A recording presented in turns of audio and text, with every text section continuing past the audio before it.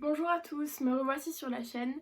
Ça fait aujourd'hui 1 an pile que je suis partie aux États-Unis. Le grand départ à New York et ensuite à New Orleans. Je fais cette vidéo aujourd'hui pour vous tenir au courant de ce que je vais faire de cette chaîne. En effet, j'avais posté une vidéo l'an dernier, avant de partir, parlant de la préparation de mon échange et de mon voyage aux États-Unis, surtout en période de Covid, puisque c'était assez extraordinaire comme situation et assez effrayant de partir à l'étranger alors que la situation sanitaire n'est pas encore réglée et elle ne l'est toujours pas aujourd'hui. Mais bon, j'ai eu mes 2 doses de vaccin en mars-avril aux États-Unis, donc un peu avant la France parce qu'ils étaient en avance avec Pfizer. Et j'ai eu ma 3e dose ici. Tout ça pour dire que j'ai décidé de ne pas poster du tout pendant que j'étais aux États-Unis. J'ai filmé quelques plans. Je me suis moi aussi filmée en train de décrire ce que je pensais, ce qui m'arrivait, d'analyser un peu tout ça pour pouvoir avoir du contenu quand je rentrerai en France. Mais j'avais aussi l'envie de créer un compte TikTok parce qu'évidemment c'est facile, comment dire, c'est relativement facile de créer du contenu de tous les jours qui est joli, qui est rapide, etc., qui attire de l'audience. Mais j'ai préféré me protéger et ne jamais poster publiquement. J'ai seulement posté sur mon compte privé Instagram en story pour mes amis. Et au final, je suis contente d'avoir fait ça. Je ne voulais pas donner le pouvoir aux gens de pouvoir critiquer, surtout de l'étranger ou aux États-Unis ou quoi que ce soit, et de pouvoir ainsi influencer mon expérience. Je voulais vraiment la vivre pour moi, prendre des vidéos, des photos, etc. Et ensuite avoir le recul nécessaire pour analyser et ne pas forcément donner des informations erronées parce que je n'avais pas forcément l'expérience à ce moment-là. Donc je n'ai pas posté sur YouTube ou en public mon expérience parce que je préférais me protéger de l'avis des gens, surtout en période de Covid qui était assez difficile à gérer pour certaines personnes. Et j'avais une sorte de culpabilité de me dire qu'en fait moi j'ai eu la chance qui n'était pas vraiment due à moi, c'est le destin, le fait que certaines universités aient annulé les programmes et d'autres qui les maintenus. Du coup, le fait que j'ai la chance de partir, je me sentais coupable au final, même si c'était pas vraiment ma faute, de me dire pourquoi moi j'ai le droit de m'amuser et pourquoi mes amis ou les autres personnes, ou pourquoi il y a des personnes qui souffrent dans le monde et moi je m'amuse, et je me sentais assez mal d'exposer ça. Évidemment, je sais que des tas de youtubeurs, des tas de personnes ont posté pendant la période de la pandémie, il y a des tas de gens qui ont voyagé, etc. Je sais que je suis clairement pas la seule à avoir fait face à ces problématiques, ces questions, voilà, où il y a des personnes qui sont même pas posé la question, ils ont voyagé, c'est tout. Mais vraiment, moi, au tout début, avant de partir, j'ai même eu des crises de panique, d'anxiété, où je me disais, mais c'est les gens, surtout à Sciences Po, les gens, mes amis, et les personnes que je connais un peu qui ont pas pu partir, j'ai peur qu'elles me détestent clairement parce que elles vont projeter sur moi le fait de ne pas pouvoir partir. Elles vont voir mes stories ou mes vidéos ou quoi et elles vont se sentir mal, ce qui est très probable. Et donc j'avais vraiment peur de ça. Mais en parlant à mes amis, ils me disaient mais non, mais tu devrais pas, c'est pas ta responsabilité. Toi, tu as eu la chance de partir, donc tu devrais en profiter et poster ce que tu veux, etc. Et au final, j'ai été vraiment très surprise par le nombre de retours positifs que j'ai eu de mes amis ou de connaissances ou d'anciennes connaissances, de gens à qui je parle pas forcément, qui viennent de Sciences Po, des gens de partout, qui venaient de mon lycée, de plein d'endroits différents, qui sont sortis de leur zone de confort, parce que vu qu'on parle pas forcément, qui sont venus me voir soit en personne, en soirée, quand je suis revenue, ou alors par message, quand j'étais là-bas ou en France, qui me disaient vraiment j'ai adoré voir tes stories parce que ça m'a fait voyager pendant que j'étais là, ça m'a fait découvrir des endroits auxquels je pensais pas forcément, que je connaissais pas forcément, et ça m'a fait rêver de voir tout ce que tu faisais, etc. La vie aux États-Unis, la vie à New Orleans. Et à chaque fois j'étais contente, j'étais surprise parce que vraiment c'est tellement une anxiété le fait montrer ça alors que je savais que des gens avaient pas pu partir.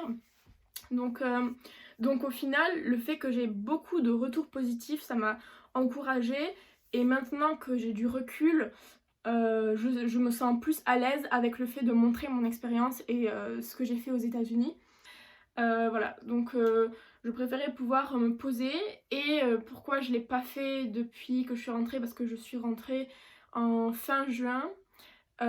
Pourquoi? Tout simplement parce que j'étais déprimée d'être partie des États-Unis. Vraiment, déjà quelques mois avant, j'étais triste à l'approche de mon départ. Et en rentrant en France, j'ai passé la fin de l'été toute seule dans mon nouvel appart à Paris, parce que je venais d'emménager. Et j'ai pas réussi à me mettre à faire du contenu dessus parce que c'était encore trop frais pour moi. Et c'est vrai que comme pas mal de monde, quand on part vivre à l'étranger, j'ai assez mal vécu le retour en France parce que tout simplement j'avais pas envie de revenir, parce que j'aimais beaucoup ma vie aux États-Unis et je n'avais pas envie de revenir. Mais au fil des mois, ensuite fin août, septembre, j'ai commencé mon master, ma première année de master à Sciences Po. Après avoir fait mon bachelor, mes 2 premières années de bachelor au campus euro-américain, et ensuite après être partie aux États-Unis. Donc j'ai commencé ma première année de master. Et là, évidemment, j'ai eu beaucoup d'événements, beaucoup de choses à penser, des travaux de groupe, des travaux individuels qui m'ont pris du temps. Et donc, je me suis pas mise le soir ou autre à créer des vidéos et à faire l'editing, etc. Parce que l'editing, ça prend, comme vous le savez probablement, ça prend beaucoup de temps. Donc c'est assez décourageant. Et donc je me suis pas mise à faire beaucoup d'editing, j'en ai fait quelques-uns pour quelques reels, pour quelques vidéos, etc. Mais j'ai pas fait, j'ai pas lancé ma chaîne, j'ai pas fait le vrai pas en avant de lancer ce truc. Donc c'est maintenant que je m'y mets, parce que j'ai réalisé que vraiment ça traîne. Ça fait maintenant 1 an que je suis partie aux États-Unis et je pense que cette date butoir est parfaite pour se lancer, pour vous raconter mon expérience. Donc j'ai hâte de vous raconter tout ça. Voilà, donc le but de ma chaîne, ça va être de parler des différences entre les États-Unis et la France, ce que j'ai pu observer, vous donner des tips sur les villes à visiter, ce qui était intéressant selon mon opinion ou pas, selon les types de personnes, ce qui peut vous aller, quelle ville choisir, quoi faire si jamais vous souhaitez partir aux États-Unis, surtout si c'est votre première fois. Je peux aussi vous donner de l'expérience selon mon premier voyage quand j'étais allée à Hawaï, Los Angeles et au Canada, toute seule. Donc si jamais vous êtes une femme et que vous vous aspirez à partir toute seule aux États-Unis ou dans le monde entier, je répondrai à certaines questions, je ferai des vidéos sur ce thème. Parce que je sais que c'est quelque chose qui inquiète pas mal de gens, le fait de voyager seule. Pour moi c'est pas du tout un problème, vraiment j'adore ça, c'est ma technique, c'est mon type de voyage préféré. Vraiment j'ai tout testé, surtout aux États-Unis, j'ai testé de voyager avec 8 personnes, avec une personne, avec des garçons, des filles, toute seule, et au final j'ai vraiment préféré à chaque fois de voyager toute seule. Tout simplement parce qu'on peut rencontrer des gens beaucoup plus facilement que quand on est en groupe, parce que généralement quand on est en groupe, le pire c'est si on est en groupe de français, alors là on parle français, on rencontre personne, etc. Si on est en groupe d'internationaux comme je l'étais parfois, c'est sympa parce que on apprend de leur culture et voilà, mais ce que je préfère moi personnellement quand je voyage dans un pays, c'est de rencontrer les locaux, ou des locaux ou des gens qui viennent d'autres états et qui sont en train de voyager ici, et les rencontres sont toujours géniales. Par exemple là j'ai voyagé à Chicago toute seule et ensuite je suis partie à San Diego.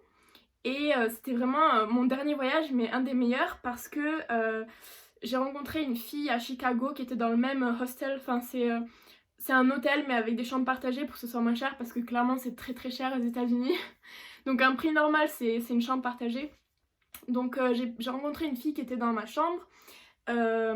Et comme coïncidence, on allait au même restaurant, elle voulait y aller et moi j'avais une réservation le jour où on s'est rencontrés, donc je lui ai dit viens avec moi, comme ça on peut apprendre à se connaître et voilà, ça fait de la compagnie. En parlant on s'est bien entendu et je lui ai dit avant de repartir en France je vais passer à New York, parce que elle venait de Puerto Rico mais elle habitait à New York, donc elle m'a dit annule ton Airbnb et viens chez moi.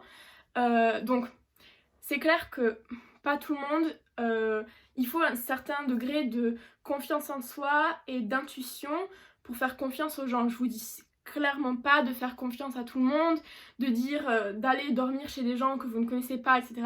Mais personnellement, avec l'expérience, je sais observer les personnalités, je sais comment ça se passe, à qui faire confiance. Donc là, il n'y a pas eu de problème du tout.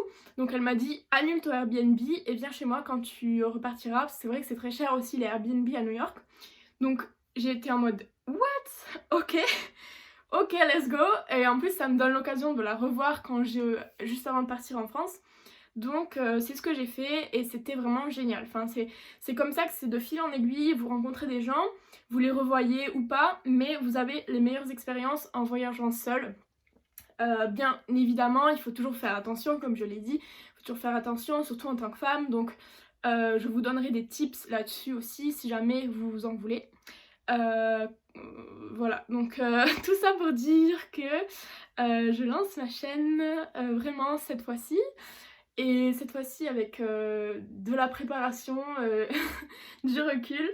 Et également, je vais vous parler de mon master à Sciences Po. Si jamais vous avez des questions sur la vie à Sciences Po, le bachelor, au campus américain notamment, enfin dans le programme euro-américain. Et si vous avez des questions sur le master, dont le master New Luxury Art de Vivre que je fais moi, je vous montrerai des événements exclusifs, quelque chose qu'on fait. Bon, je peux pas tout montrer, mais je ferai mon mieux pour vous montrer. Je vais également créer un TikTok pour mettre des images plus rapides, pas forcément ici, YouTube c'est un peu plus explicatif. Si jamais vous avez des questions, etc., c'est plus sur YouTube qu'il faut aller voir. Et ensuite TikTok, ce sera plus du contenu, du contenu divertissant sur les voyages que j'ai fait, etc. Donc voilà, je vais faire les deux. C'est tout, j'ai pas grand chose à vous dire de plus, je pense. Merci d'avoir écouté cette vidéo et je vous retrouve dans la prochaine vidéo.